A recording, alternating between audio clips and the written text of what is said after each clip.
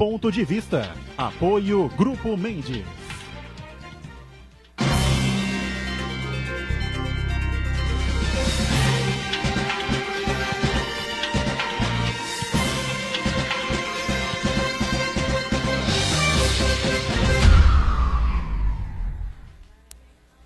Olá, está começando aqui mais um Ponto de Vista, você sempre conferindo com a gente, acompanhando conosco neste horário da 1h30 da tarde, a tradição da discussão política, não é? Dos temas ligados ao Poder Judiciário, a saúde, educação, meio ambiente, transporte, os temas importantes que formam a pauta aqui da cidade, da região metropolitana e, claro, o debate aprofundado dos assuntos e temas de interesse nacional também. Sempre de segunda a sexta-feira aqui na Santa Cecília TV, a partir das 20 horas, 8 da noite, você acompanha, confere também a nossa reprise, não é? Diariamente aqui do Ponto de Vista. Bom, questão trabalhista, a reforma trabalhista ainda causando aí uma série de repercussões, uma reforma muito polêmica, a gente discutiu várias vezes aqui que precisariam algumas alterações, algumas modificações, enfim, né? Alguma flexibilização, indiscutivelmente, né? Mas a reforma foi goela abaixo, o governo Temer imposta aí ao Congresso e à sociedade, e isso acabou tendo uma série de questões importantes, uma série de itens importantes de proteção ao trabalhador, né? Hoje nós tivemos no STF o julgamento, né? Você está aqui o mic, não sei se está saindo bem o som agora, tá bem? Então tá bom.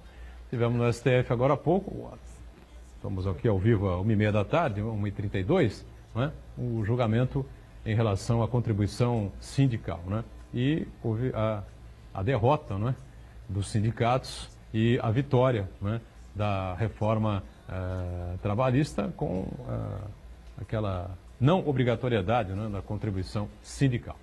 São temas importantes, é um dos temas importantes, né, um dos assuntos para a gente discutir aqui, com muito prazer recebendo aqui à esquerda dois juízes, né, do trabalho, né, que lidam com essas questões, com esses temas normalmente. Dr. Xerxes Guzmão, mais uma vez participando conosco, prazer recebê-lo, tudo bem?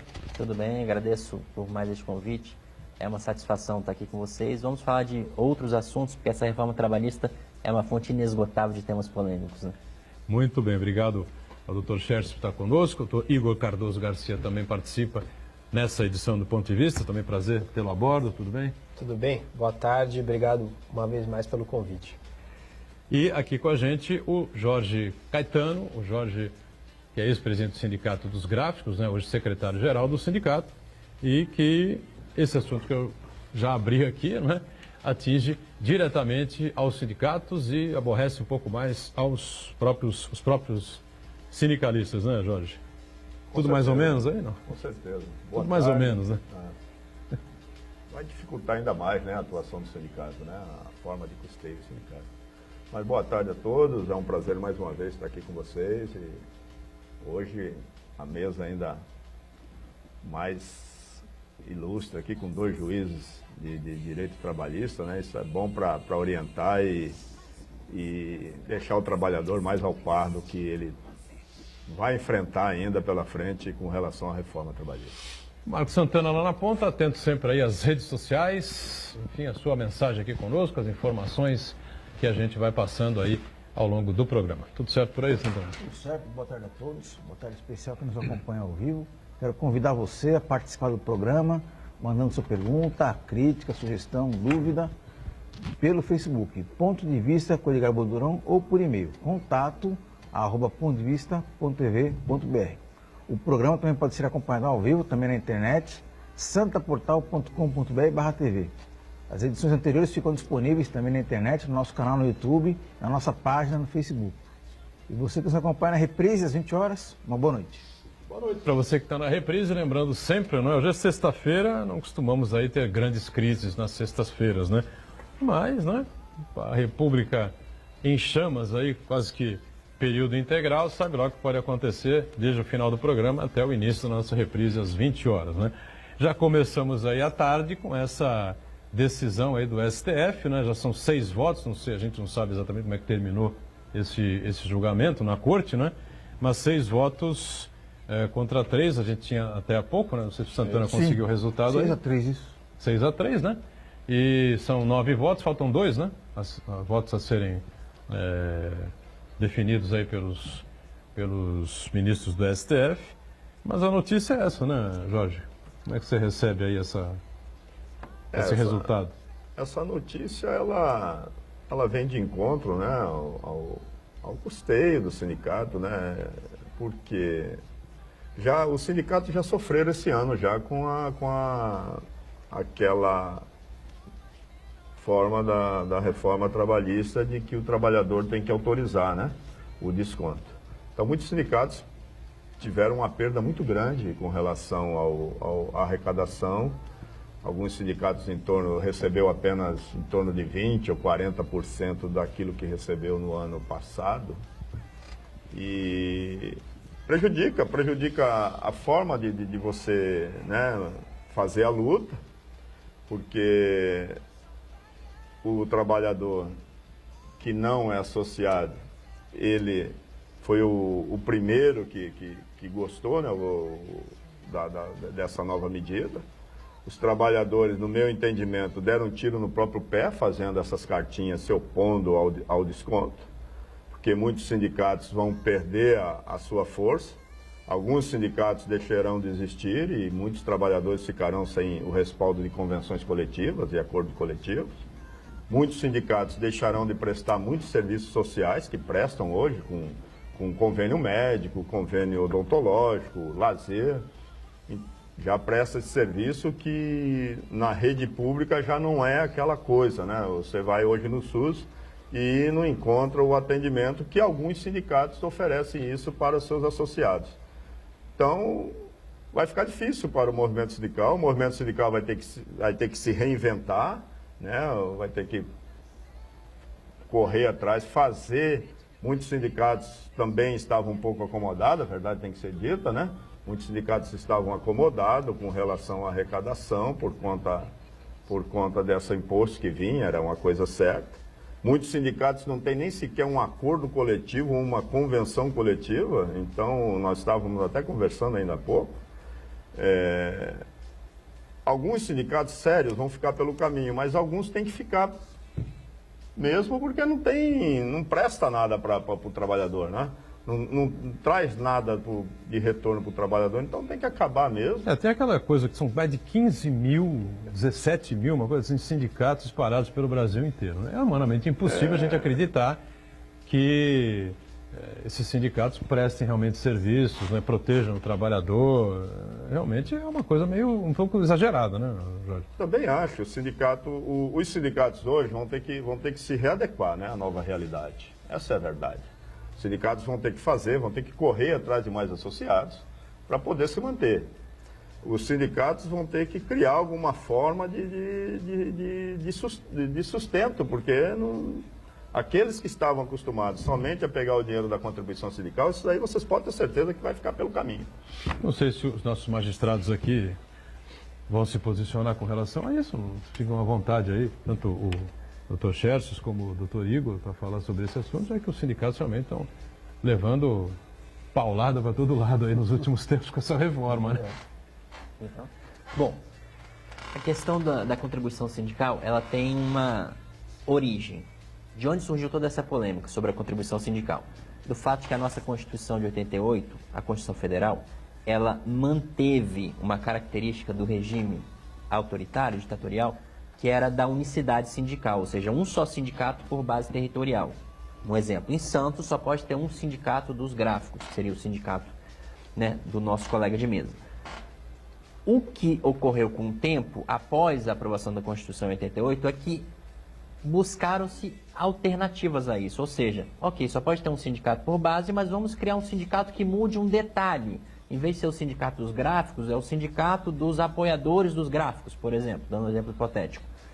E isso foi sendo tolerado pela jurisprudência, pela justiça, pelo próprio legislador, e com isso multiplicou-se o número de sindicatos, porque era fácil você burlar a unicidade, ou seja, você criava um sindicato com um detalhezinho diferente, a justiça ia tolerando isso, muito por se considerar que não é justo ter uma unicidade sindical, às vezes o sindicato não é tão representativo, não atua da maneira que deveria, e também tem essa questão da contribuição, ou seja, cada sindicato tinha a garantia de receber uma contribuição obrigatória, ok?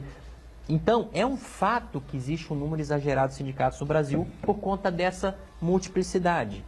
Os autores até têm um nome pomposo para isso, que é o pluralismo sindical oblíquo. O que quer dizer isso? Não é na lei, porque na lei é um só por região, mas por uma via oblíqua, por uma via alternativa, se buscam vários sindicatos na mesma área. E, no fundo, para o nosso telespectador entender, é para a mesma região. É tudo igual, mas buscam-se detalhes para ter 2, 3 na mesma região. Essa foi a principal alegação de quem defende o fim da contribuição sindical. É muito sindicato, inclusive vários dos ministros que votaram pela constitucionalidade, pela correção dessa reforma, que acabou com a contribuição obrigatória, foi esse argumento, ou seja, é sindicato demais, tem que se diminuir e a contribuição obrigatória estimula essa multiplicidade de sindicatos. Só que tem um outro problema que o colega já abordou. Com isso, você asfixia financeiramente os sindicatos, os que não são sérios e os que são sérios também. Então, mais uma vez, a reforma trabalhista, ela peca, a meu ver, pelo excesso de força. Ela quer dar uma solução de força para um problema que existe, mas que não deveria ser solucionado dessa forma. Como se poderia solucionar isso? Com um controle mais rígido dos sindicatos. Ou seja, vamos ver quais que de fato existem, quais que de fato representam os trabalhadores e quais que estão ali só para arrecadar a contribuição sindical. Mas não se buscou a solução que seria mais indicada, buscou-se a solução de força. Acaba com a contribuição de todos. Com isso, o que vai ocorrer? Os sérios, aqueles que todo ano brigam, porque não pensem os telespectadores que para conseguir reajuste salarial é por uma benesse da empresa, do empresário, que chega, não, você quer 15% de reajuste? Toma 15%. Não, isso é arrancada a forceps. O sindicato tem que negociar, negociações duras, vai e vem, muitas vezes terminam na justiça e, no final das contas, esses sindicatos que brigam por reajustes, por benefícios sociais, como o colega lembrou, vão também ser asfixiados. No final das contas, o que vai sobrar? Pouquíssima possibilidade de negociação. A empresa vai acabar impondo a sua lei no momento de negociar com os sindicatos, porque eles vão estar sem condições financeiras de negociar em reais condições. Perde uma boa representatividade o trabalhador, né? Sem dúvida. Com certeza. E junto com isso tem uma grande armadilha nessa chamada reforma trabalhista. Ao mesmo tempo que ela retira a força de sobrevivência do sindicato, ela faz com que o que o sindicato negociar prevaleça sobre a lei. Então, o sindicato fica enfraquecido, negocia qualquer porcaria, inclusive questões contrárias à lei, em prejuízo dos trabalhadores, e aquilo passa a valer para aquele trabalhador da categoria representada por aquele sindicato. Então, essa é a pegadinha, a armadilha que incluíram na chamada reforma trabalhista para enfraquecer ainda mais a classe trabalhadora, retirar direitos de uma forma oblíqua, para usar a expressão do colega. Pluralismo sindical oblíquo, né? E aí, deu no que deu. Pois não, Santana? O Danilo de Grado acompanha a gente pela internet, ele mora em São Paulo, e ele pergunta se existe algum ponto positivo, benéfico ao trabalhador, do fim da contribuição sindical. Eu acho que deveria haver, me parece, uma conscientização maior por parte do trabalhador, né? De que o sindicato o representa. Ou não representa. Se o sindicato não representa, o sindicato não presta, como nós estamos dizendo aqui, então você sai do sindicato, denuncia o sindicato, sei lá. O que falta, na verdade, é o trabalhador participar das assembleias do sindicato. Se o sindicato não presta, se a diretoria não presta, tira-se a diretoria, né?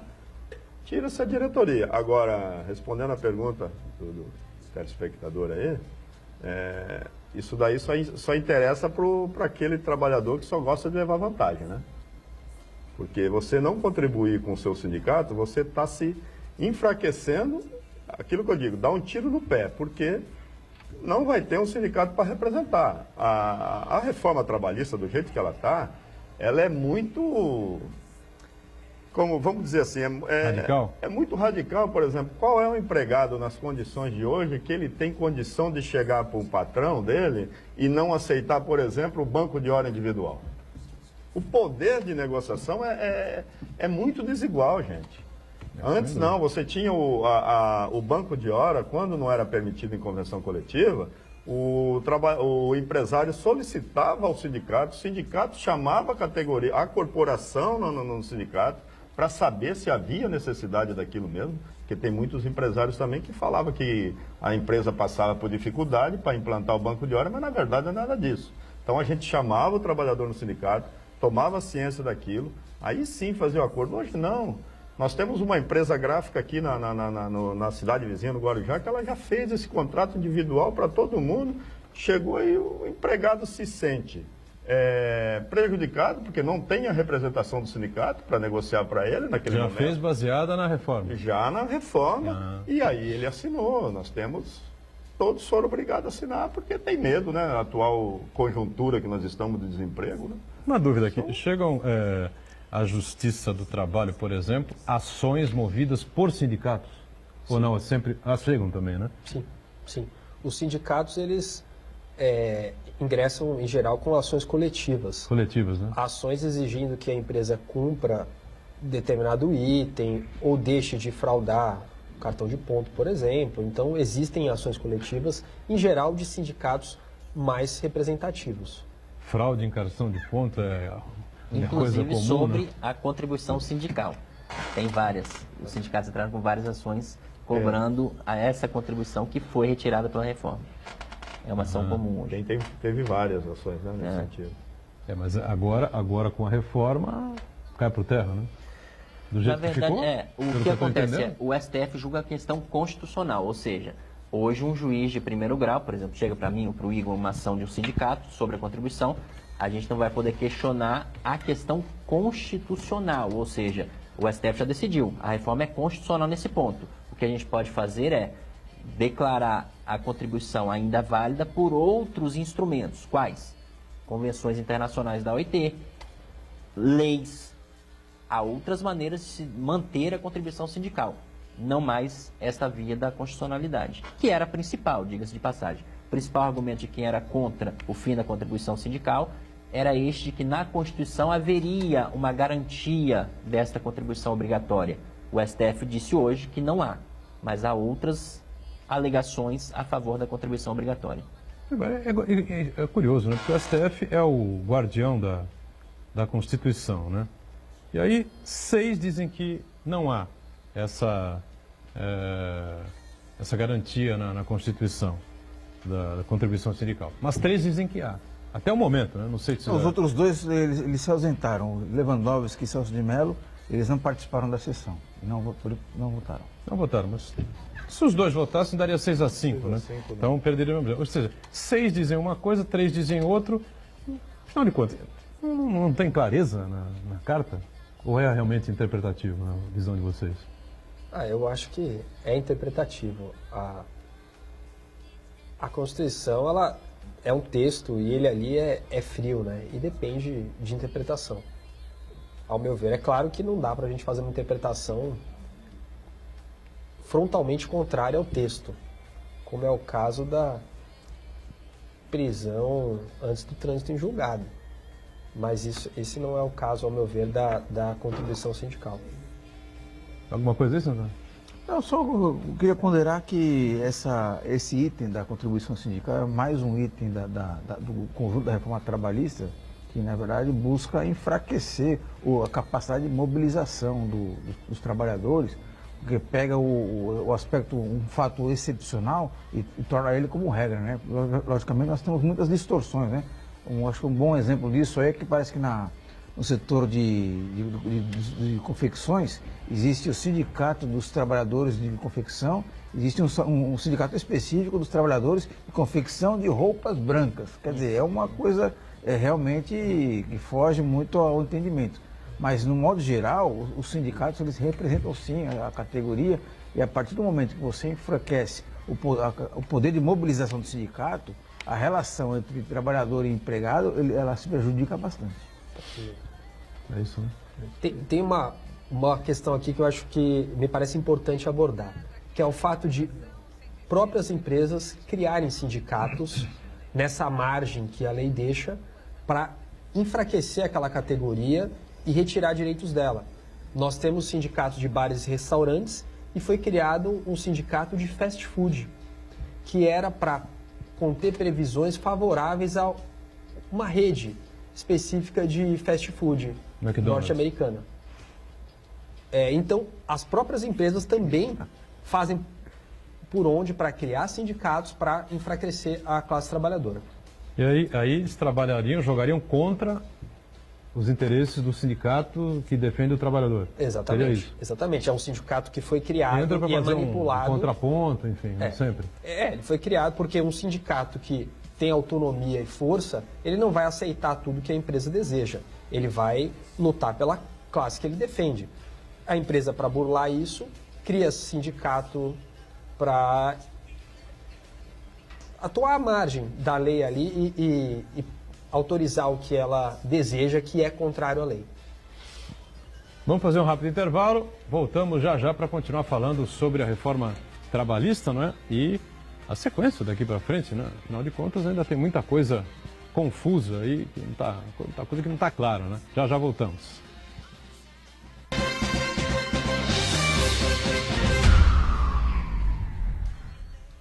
Existe um lugar em Santos onde você encontra os empreendimentos mais fascinantes da região. Um lugar amplo, aconchegante, feito para oferecer o melhor atendimento para você. Um lugar que reúne as melhores opções residenciais e comerciais nos bairros mais nobres de Santos. Um lugar que a gente nem precisava dizer, porque você já sabe. Central de Vendas Grupo Mendes, Rua Guaiaó 55, Aparecida. Venha fechar um bom negócio para abrir as portas do seu novo lugar. O livro das arquibancadas, a Presidência 2002 de Marcelo Teixeira, está à venda na Unisanta com preço promocional de lançamento. A obra indispensável para os amantes do futebol e do Santos Futebol Clube pode ser adquirida no Centro de Atendimento Integrado, na Rua Oswaldo Cruz, número 300, das 8 da manhã às 8 da noite, de segunda a sexta, e aos sábados, das 9 às 11 da manhã. Se você quiser, pode pedir pelo e-mail tesouraria@unisanta.br e receba por Sedex, ou nas livrarias Nobel, Martins Fontes e Realejo em Santos. Das arquibancadas, a Presidência 2002 de Marcelo Teixeira. Adquira o seu agora mesmo. Santa Cecília TV no canal 52.1 HD. Se você ainda está com dificuldade de sintonizar a Santa Cecília TV em alta definição pelo sinal digital, você precisa escanear os canais da sua TV através da autoprogramação no seu controle remoto. É bem simples e você sintoniza os nossos programas com qualidade digital de imagem e som sem pagar nada por isso. Santa Cecília TV 52.1. Escaneie e sintonize a maior programação regional da sua TV em alta definição.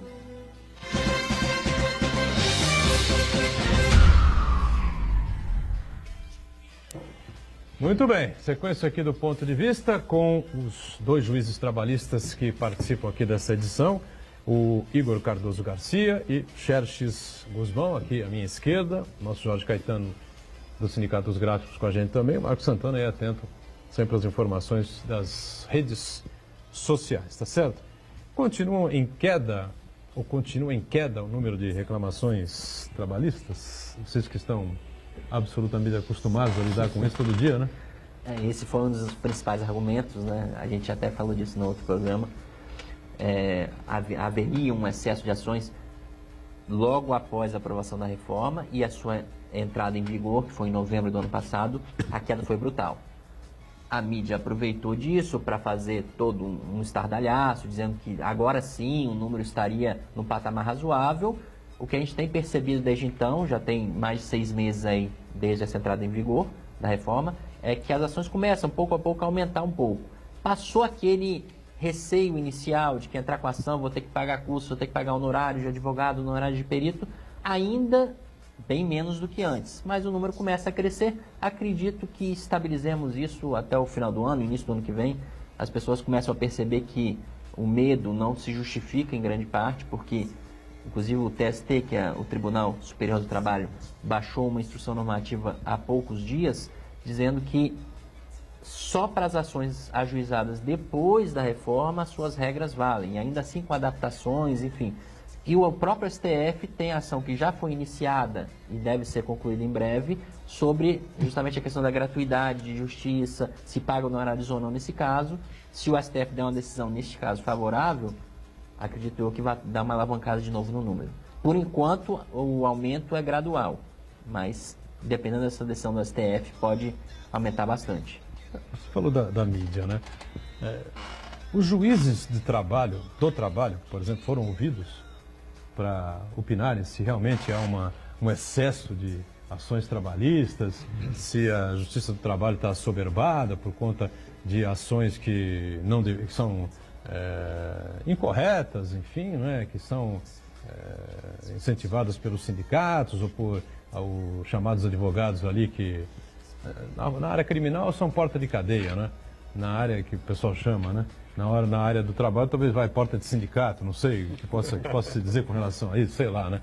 Mas eu acho que nada melhor do que você ouvir o juiz, né, do trabalho para que o juiz responda. Não, o número está aceitável, porque realmente tem muitas irregularidades. No Brasil, o trabalhador realmente, se não correr atrás dos seus direitos, está perdido e tal. Ou pelo contrário, né? Dizer, não, realmente, o número de ações é absurdo, não tem cabimento e tal, fora do contexto, enfim. Não sei como é que vocês avaliam isso. E se o juiz do trabalho não deveria ser ouvido num momento como esse, né? Vamos lá. Primeiro ponto, quanto ao Congresso escutar os juízes do trabalho. Alguns juízes do trabalho foram convidados a falar no Congresso Nacional, mas foi um convite pro forma. A reforma ali já estava formatada, pronta, e ela serviu como um compromisso que o atual governo tinha com quem o colocou onde está. Então, a reforma trabalhista, a PEC chamada PEC do fim do mundo, que congelou gastos sociais em 20 anos, e a reforma da Previdência equivalem ao pagamento do governo atual pelo apoio em relação à entrada dele onde está. Então, o convite foi pro forma. Quanto ao número de ações trabalhistas, se o número é alto, eu acho que mais alto que isso é a quantidade de irregularidades, porque o percentual de trabalhadores que sofre irregularidades trabalhistas e ingressa com a ação é pequeno. Imagino eu que não chegue a 50% de quem tem um direito ali lesado que entre com a ação. O percentual é baixo. Então, se alguns consideram esse número alto, é porque as irregularidades trabalhistas são muito mais altas. E é isso que a gente tem que combater, né? Não fazer uma reforma aí para agradar o mercado aí que não tem compromisso com o desenvolvimento nacional e reduzir ações de maneira artificial. E aí, Jorge, por aí, né? Eu também vejo dessa maneira. Esse projeto, ele estava pronto, né? Chamou alguma parte da sociedade só para dizer que chamou, né, doutor? Porque na realidade ninguém foi ouvido, né? Não foi uma coisa que não veio de cima para baixo, né? Exatamente. Para baixo e veio para... A finalidade é essa mesmo, é acabar com o movimento sindical e, consequentemente, o trabalhador. E assim, me parece muito natural que trabalhadores, juízes do trabalho, sindicatos não tenham sido ouvidos. Por quê? Essa reforma ela é contra toda a classe trabalhadora. E a imensa maioria da população brasileira é composta compõe a classe trabalhadora. Como é que o Congresso vai aprovar uma lei que afronta, que retira direitos de 90% da população? Só se ele fizer isso de uma maneira muito rápida e sem ouvir os interessados. Foi isso que aconteceu. E só um detalhe importante, né, sobre quando a gente fala nessa questão de que a reforma foi contra os interesses dos trabalhadores, algumas pessoas podem achar, mas será? Não foi um diálogo? Há uma informação do Wikileaks, que é aquele site de informações sigilosas, né, que jamais foi contestada pelos acusados, indicando que 80% dos artigos da reforma trabalhista, ou seja, 80% da reforma trabalhista, foi feita em computadores da CNI e da CNT, duas confederações patronais. Elas nunca negaram essa informação e está aí uma prova, né, nunca refutada, de que a reforma trabalhista foi feita sim para atender aos interesses das empresas, dos empresários e não do trabalhador. Das grandes empresas. Das grandes empresas. Corporações. Exatamente, das grandes Tem outra corporações. informação. Não são nem dos pequenos, né? Isso. Tem outra informação que deixa a gente de cabelo em pé também, que é um levantamento feito pelo site Congresso em Foco, que ele somou todos os eventos oficiais de tramitação da reforma trabalhista no Congresso, entre audiências públicas, reuniões de comissões e sessões de votação, a reforma trabalhista, apesar de ter recebido mais de 800 emendas no Congresso Nacional, ela tramitou, somando tudo isso aí, em 24 horas. Somando o tempo de audiência pública, reuniões das comissões, da votação em plenário, durou apenas 24 horas. Quer dizer, uma matéria tão complexa assim, que vai mudar drasticamente com a vida do trabalhador, da relação entre o trabalhador e o empresário, tramitou durante um tempo muito recorde. E tem uma máxima aí, né, que o pessoal costuma usar, que é aquela coisa, né? O trabalhador, quando é demitido, sempre que recorre e vai buscar os seus direitos na Justiça do Trabalho, sempre consegue alguma coisa, né? Como quem diz, pô, o juiz, né, o juiz do trabalho sempre acaba afrouxando um pouco para ajudar um pouquinho o trabalhador e tal, não sei o quê, e ferrando o patrão, o empregado e tal. Mas, na verdade, não teria como, né, o juiz do trabalho ter esse olho aí, essa vontade de afrouxar um pouco para o trabalhador, se o trabalhador não tivesse realmente um direito a alguma coisa, né? Não dá para inventar ali na hora, né? Queria que vocês falassem alguma coisa sobre esse tema, porque é uma coisa recorrente, né? Sim. O pessoal repete, a justiça do trabalho não adianta, entendeu? O trabalhador sempre que ganha, porque os caras acham que o trabalhador é o hipossuficiente, é mesmo, né? Sim, na verdade é hipossuficiente por uma razão básica, porque o empresário ele tem os meios de produção, tem a empresa, né? E o trabalhador tem um emprego do qual ele depende para sobreviver. Inclusive, isso a gente está vendo de uma maneira drástica no momento atual, com esse cenário de desemprego que os últimos números indicam mais de 13 milhões de desempregados no Brasil. Eu acho que não há necessidade de se desenvolver muito a razão pela qual o trabalhador precisa do seu emprego. E nesse cenário, não todos, mas muitos empresários se sentem confortáveis para descumprir obrigações que eles consideram menos relevantes. Horas extras, então não vou pagar tudo que tem de horas extras. Um intervalo de 1 hora é tempo demais, que aliás foi flexibilizado pela reforma também, né? Mas antes dessa flexibilização, 1 hora é muito tempo, vamos colocar ele para trabalhar meia hora e voltar ao trabalho. E achavam que era normal. Obviamente, muitas vezes essas questões param na justiça e o que o juiz vai fazer? Ficou provado que o intervalo era de 30 minutos, deveria ser de 1 hora. Que a hora extra não foi integralmente paga, tem que ser deferido, né? Tem que ser concedido pelo juiz o que está sendo pedido. Agora ainda há outras questões aí para serem discutidas e votadas até pelo próprio Supremo, né, me parece, né? E outros tópicos, outros itens aí da reforma, né? Sim, sim. Eu não tenho agora a informação se todos os pontos da reforma já constam de ADINs, que são as ações para declarar inconstitucionalidade. Porém, diversos pontos são objeto de ADIN. E o STF vai aí se manifestando em cada caso. Infelizmente, a perspectiva para a classe trabalhadora é muito ruim, porque o discurso dos ministros, de grande parte, é um discurso neoliberal, totalmente. E isso é muito ruim porque, ao meu ver, não atende nem ao que está na Constituição. Agora, a Organização Internacional do Trabalho, né, a OIT, nesse encontro que aconteceu na Suíça recentemente, né, colocou o Brasil numa tal uma lista, fosse a lista negra, né, o Marcos Santana, que a Thelma Rodrigues e o companheiro nosso jornalista, Chico Aloysio, né, tiveram aqui há 15 dias explicando para a gente, fizeram aí um resumo, né, do que eles sentiram lá, acompanhando, né, esse evento.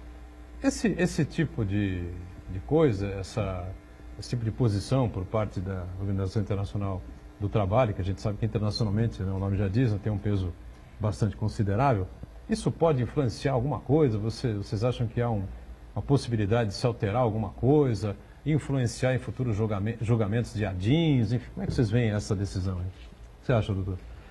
Bom, aquela história, né? A OIT, ela tem poder cogente, poder de obrigar o Brasil a adequar a sua legislação? Existem alguns mecanismos que não são os mais eficazes do ponto de vista da obrigação direta, só que eles têm um poder de influenciar o Brasil. É o caso, por exemplo, da Comissão de Direitos Humanos, da OEA, para dar um exemplo correlato. Não tem a força para impor ao Brasil uma decisão, mas constrange o governo brasileiro. Então, nesse caso da OIT, o poder é muito mais de constrangimento do que de efetiva imposição daquela decisão.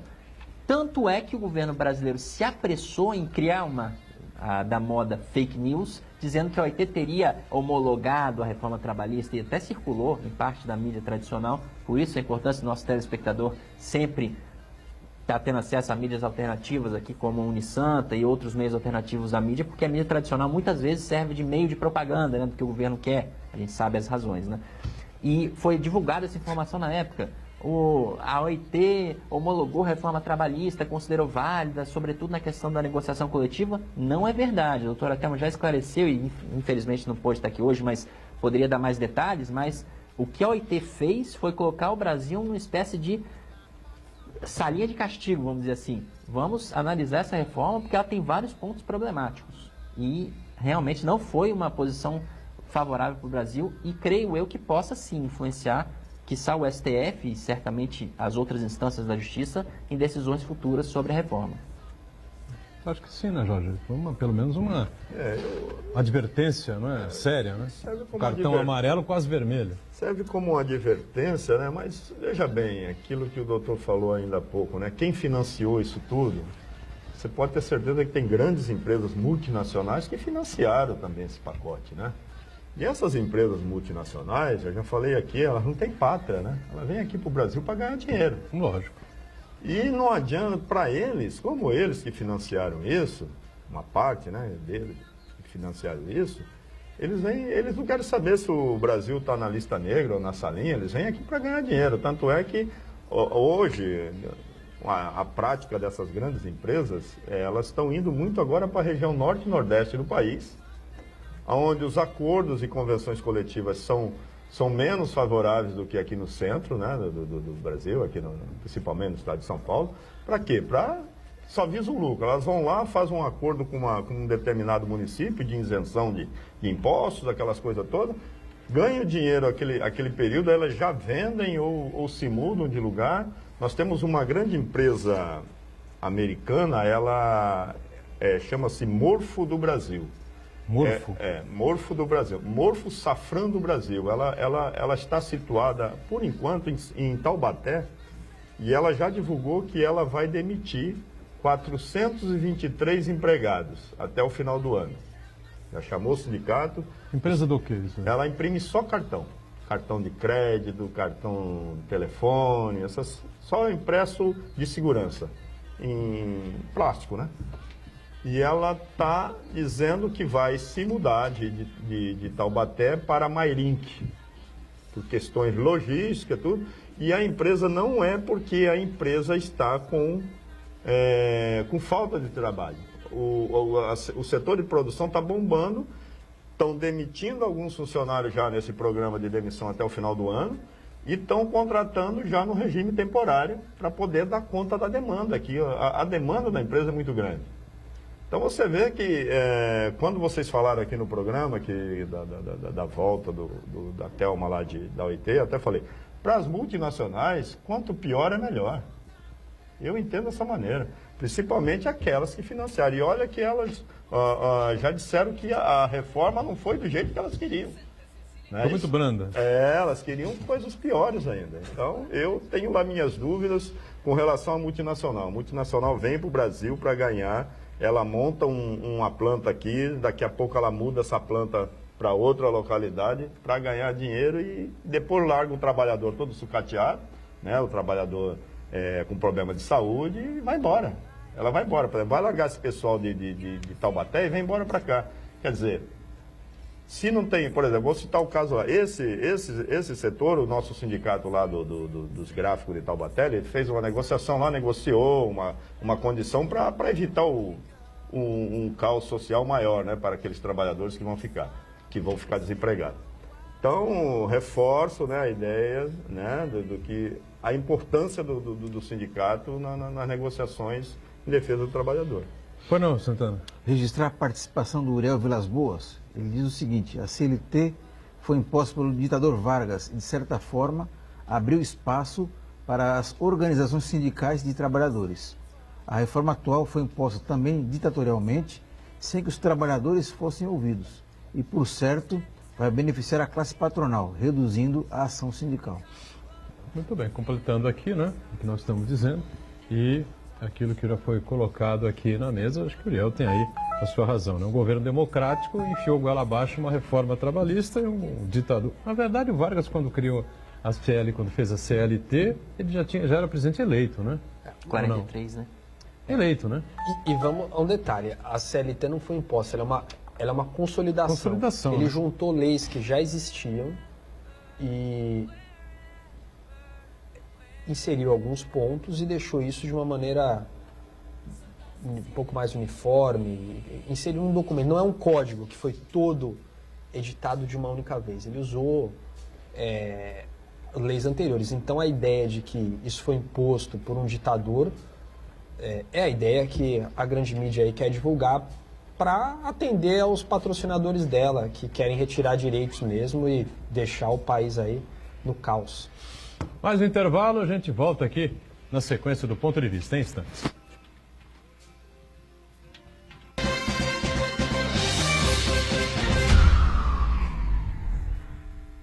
Existe um lugar em Santos onde você encontra os empreendimentos mais fascinantes da região. Um lugar amplo, aconchegante, feito para oferecer o melhor atendimento para você. Um lugar que reúne as melhores opções residenciais e comerciais nos bairros mais nobres de Santos. Um lugar que a gente nem precisava dizer, porque você já sabe. Central de Vendas Grupo Mendes, Rua Guaiaó 55, Aparecida. Venha fechar um bom negócio para abrir as portas do seu novo lugar. Se você é estudante de pós-graduação da Unisanta ou de qualquer outra universidade, participe do 7º Encontro Nacional de Pós-Graduação, dias 9 e 10 de novembro. Apresentação de trabalhos em painéis e orais, visando uma evolução dos temas para submissão em revistas científicas. As inscrições são gratuitas até 28 de setembro pelo site www.unisanta.br/ENPG. Informe-se também sobre os mini-cursos. Universidade Santa Cecília, primeira da Baixada em ranking mundial sobre excelência de pesquisas. Há 58 anos, promovendo transformação social e conhecimento científico. A sua música.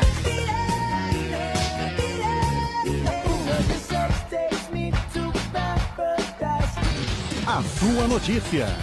107,7 Notícias. O seu locutor. A sua promoção. Ligue agora 3234-1077. Participe você também e ganhe muitos prêmios. O seu cantor. A sua rádio. 107,7 Santa Cecília FM.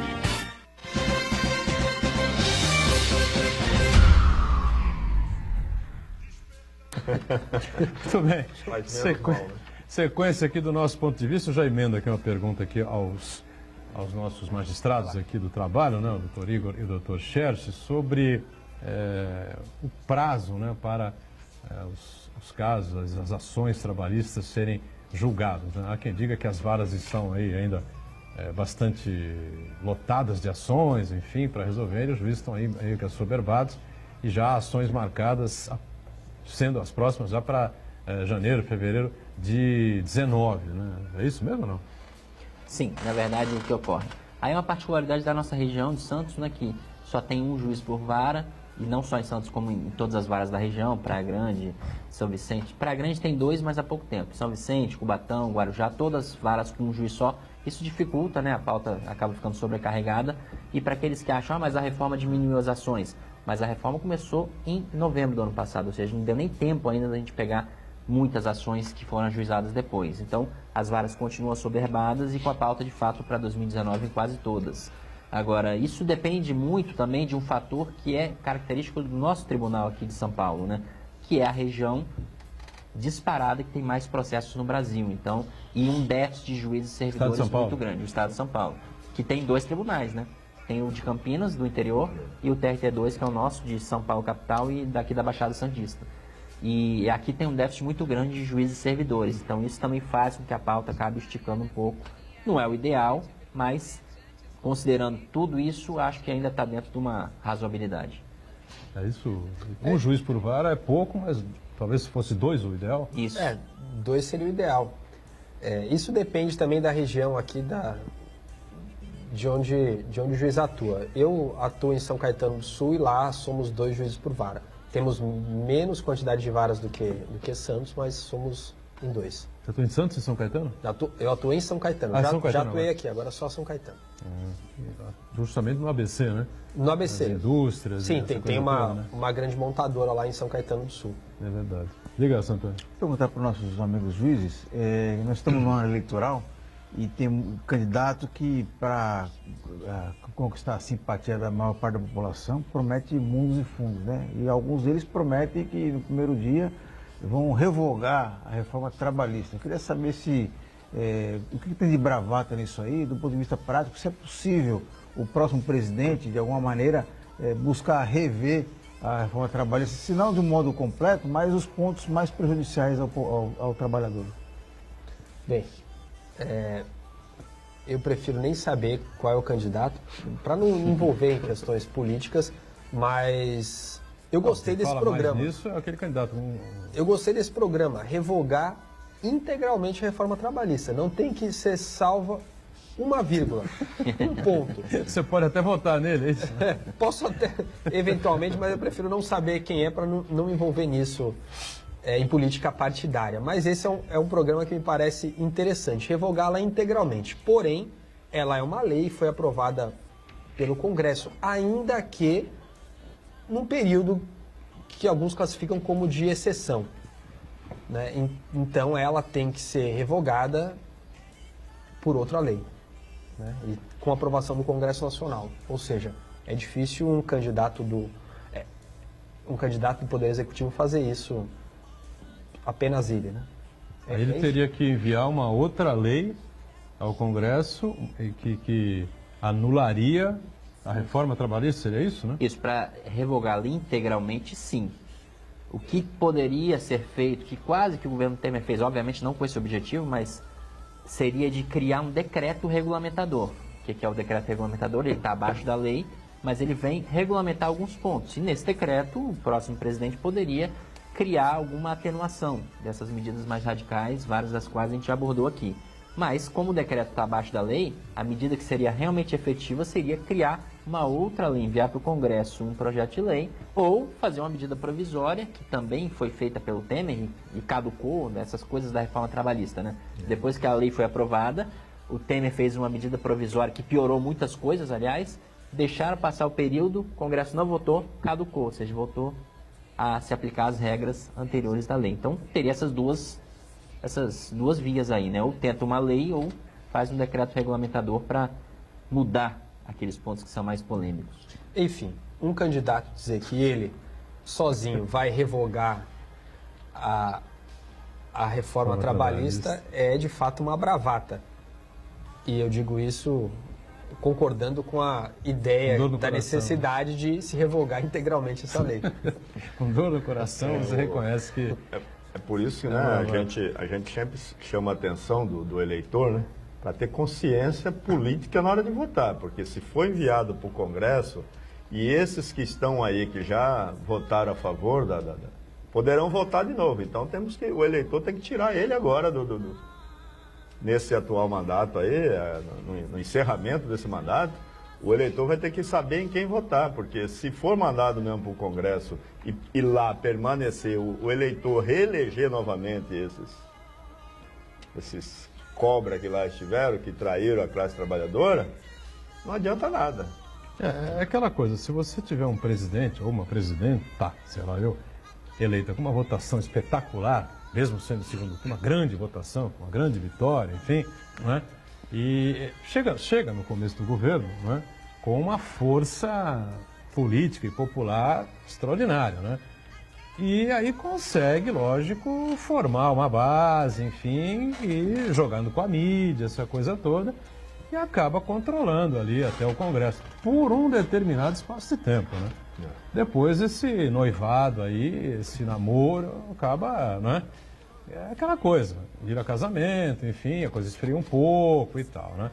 Mas há um momento no início do governo, né, o candidato eleito com uma votação muito forte, enfim, uma grande vitória, mesmo em segundo turno, que seja, haverá segundo turno, não há dúvida nenhuma com relação à próxima eleição presidencial, pode chegar no Congresso com essa força toda e acabar convencendo aí os congressistas. Ah, mas você votou a favor? Ah, mas eu voto contra, não tem problema. Isso é possível. Agora, eu estou mais aqui na linha do doutor Igor aqui, que vai ser muito complicado fazer essa nova legislação que joga por terra essa reforma trabalhista, viu? Agora, Jorge, muitas demissões, aumentou o número de demissões, não só nos gráficos, mas nas outras categorias aí que você tem contato aí constante. Aumentaram. A única coisa que hoje os sindicatos não têm o controle efetivamente é uma das coisas que eu reputo como foi uma das piores coisas que veio dentro dessa reforma, que as homologações tiraram a obrigatoriedade do sindicato e do Ministério do Trabalho, que até então fazia também. Então, poucos sindicatos têm um levantamento do que há de demissão hoje, né? Não passa, por exemplo, os gráficos, nós fizemos uma meia dúzia de homologações a partir do vigor da lei entrar em vigor, nós fizemos uma meia dúzia, parou. Então, para você ter uma ideia, ó, as demissões pelo aquele acordo mútuo, teve, do início do ano para cá, teve 14.576 demissões. Então estamos aí com 6 meses, mais de 7 meses, né? Essa é aquela, novembro, né? Essa é aquela do acordo mútuo, né? Que o trabalhador, ele leva só 80% do fundo de garantia, a empresa paga só 20% da multa do FGTS. Antes era 40%, né? E paga também somente 50% do aviso prévio. Então, só aí, do começo do ano para cá, teve 14.576, isso foi um dado do IBGE. Peguei ontem isso. Então, as homologações, você não tem mais conhecimento. Só para voltar direitinho com calma. 80% do FGTS, antes era integral. Antes era na demissão, né? Integral. Na lei, na CLT. Os 50% do aviso prévio, ou o cidadão cumpriu o aviso prévio, ou a empresa tinha que indenizar. Né? Integralmente. Agora não. Agora ele demite, vai embora no dia seguinte, leva 50%. Isso. É assim. E a multa era 40%. Era 40%. Tá. Isso está previsto na reforma? Tá. É o que o pessoal está fazendo. Sim, isso é um acordo. Acordo mútuo, né? Acordo mútuo entre as partes para encerrar o contrato. Previsto na reforma. Sim. Agora, com relação... Só que acordo entre partes desiguais. Né? Bastante desiguais. Entre um trabalhador... ou aceita aí, ou aceita uma justa causa. Ou eu falo para você procurar, que nem eu falei anterior, ou vai procurar seus direitos na justiça. E aí o trabalhador que só tem aquele ganho para sustentar a família, ele vai cair naquilo que os doutores estão falando, audiência só para 2019. Você entendeu? Aí o trabalhador, nesse período, ele fica descoberto, né? Fica numa situação bastante complicada. Isso é importante, a gente ir acompanhando as estatísticas, né, do que vem acontecendo, se as demissões vão... Porque o número de empregos que foi anunciado pelo então ministro, que agora é candidato do MDB a presidente da República, Henrique Meirelles, né? Crescimento da economia, o número de empregos, crescimento de postos de trabalho, essa coisa toda, para 2018, 0, né? Porque daqui até o final do ano não vai mudar nada, certo? Estamos aí no meio da Copa do Mundo, Brasil parado, depois acabou a Copa do Mundo, o clima vai ferver, hein? Prepare aí o seu coração, porque a temperatura vai subir, vai ser um pega para capar, tiro para todo lado aí em relação às alianças que vão ser formadas e fake news para todo lado, ataques aí entre os candidatos, enfim, quando até começar a campanha eleitoral, que aí a coisa fica um pouco mais rígida, né? A legislação eleitoral é mais forte, mais firme e os candidatos não vão correr risco. Mas a temperatura vai subir nos debates, enfim, no horário eleitoral de rádio e TV, e até o final do ano, né, quem ganhar a eleição vai preparar o Ministério para colocar um plano aí que possa minimizar o drama para 2019, né, Santana? Tem uma informação importante que a gente precisa ressaltar quando o governo fala desse saldão de emprego e desemprego, criação de empregos e demissões. A maior parte dos empregos criados foram em atividades com pouca especialização, notadamente na construção civil e na mineração. Houve o maior número de vagas nesses setores. E os setores que tiveram as maiores demissões são os empregos mais qualificados, indústria de transformação, prestação de serviço. Quer dizer, uma consequência direta disso daí é o achatamento da faixa salarial das pessoas, quer dizer, a redução do poder aquisitivo dos trabalhadores e, como consequência disso daí também, a atividade econômica em si, o comércio, o consumo vai se reduzir bastante. Então, o Brasil, ele entra num ciclo vicioso muito grande aí, que a tendência é só piorar. A partir do momento que o trabalhador tem menos dinheiro no bolso, a economia roda menos também. Nós estamos com déficit de um número baixo, pequeno, enfim, de juízes, enfim, para compor aí essas diversas varas, não só do trabalho. A gente escuta muito isso, né? Não sei se corresponde à realidade, enfim. Sim, no nosso estado, sim, a justiça estadual tem o mesmo problema, um número pequeno de juízes. O estado tem muita demanda, obviamente, porque a economia é a mais forte do país, né? E realmente a gente não consegue atender a toda a demanda muito por conta disso. E agora com um agravante, né? O orçamento da justiça que vinha ali razoavelmente numa crescente, com a crise desde que o Temer chegou ao poder, o dinheiro está faltando para tudo, falta para isso também. Então, novas varas, seja do trabalho, seja na justiça comum, que estavam previstas já até com orçamento meio que com uma possibilidade de ser criado, abandonou-se todo o projeto. Hoje a preocupação é, vamos conseguir pagar as contas. Então, novos juízes no curto prazo a gente realmente não vai ter, e esse problema tende a se agravar, né? A médio e longo prazo. Com dificuldade de passar nos concursos, esses concursos estão ficando mais difíceis, o que está acontecendo, né? A dificuldade eu acho que sempre existiu, né? A dificuldade sempre existiu. E muitos candidatos que obtêm aprovação, eles acabam não vindo atuar aqui nos tribunais de São Paulo porque a carga de trabalho é muito maior, a exigência é um pouco maior. O pessoal prefere outros estados, é isso? Prefere, a qualidade de vida melhor, melhores condições de trabalho. E no caso da Justiça do Trabalho, que é uma justiça federal, o salário é o mesmo. Então, um juiz que trabalha aqui... Não tem diferença. Exato, que trabalha aqui, trabalha muito mais, ganhando o mesmo salário de um juiz de qualquer lugar do Brasil. Um juiz do estado do Nordeste, que tem uma carga de trabalho bem menor, claro, aí depende do estado, mas em geral é muito menor, ganha o mesmo salário. E então, com um custo de vida bem mais baixo. Bem mais baixo, né? Claro. Morar em São Paulo, morar em Santos, no ABC, comparar com o Nordeste, alto, né? não tem dúvida nenhuma com relação a isso, né? Bom, nós estamos nos aproximando aqui no finalzinho, né, do nosso ponto de vista. E quando a gente voltar, né, segunda-feira entra uma reprise no ar, porque evidentemente não está engatado aí com o jogo da seleção brasileira, fica difícil a gente ter o programa no ar aí, né? Mas estaremos de volta aqui só depois do confronto do Brasil com o México, né? Então, vamos abrir aqui os palpites, tá certo? Para a mesa aqui. Passa o Brasil tranquilo, doutor? Olha, vamos sofrer um pouquinho? Talvez o telespectador não goste do que eu vou dizer, mas enfim, eu acho que o Brasil passa do México, mas a rodada de ontem sela a nossa eliminação nas quartas. O Brasil perde da Bélgica. Eu acredito. Olha, é uma chance enorme, viu, de acontecer isso realmente pelo futebol, pelo bonito futebol que a Bélgica joga. Brasil e México, doutor Igor? Passa o Brasil? Passa o Brasil, confiante, espero que uns 3-0 e passar da Bélgica também. Passa da Bélgica também, então... Só 2. Posições conflitantes aqui, tá sendo dos magistrados. O futebol é diferente, né? E aí, Jorge? Bom, eu acho que cada jogo é uma história, né? Cada jogo é uma história. Eu acho que passa pelo México aí, de 1-0. 1-0, sofrido ali. Rapaz, se você... A bola na trave no final. Se você vê a história do Tite, né, de Corinthians, sempre 6-0, mas está ganhando. 6-0 goleado. Então eu acho que passa pelo México, sim, aí com placar magro, mas passa. Agora, como o doutor lá falou, eu acho que com a Bélgica, se for, né, a Bélgica, nosso... Se a Bélgica foi eliminada pelo Japão... Para tudo, né? Aí nós vamos encontrar dificuldade, que é um outro tipo de força, né? Então o Brasil passa pelo México e você acha que contra a Bélgica vai ser difícil. E aí, Marcos Santana, Brasil e México? Bom, eu vou dar o palpite do placar e de quem vai fazer os gols. 2-0 para o Brasil. Gol do Cássio? Não, gol do Neymar com a assistência do Paulinho e gol do Gabriel Jesus, que vai desencantar com o passe do Fagner. Esse é corintiano, né?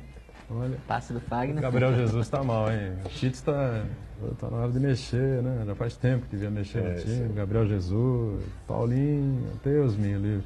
Não, o Brasil classifica do México, acho que classifica também.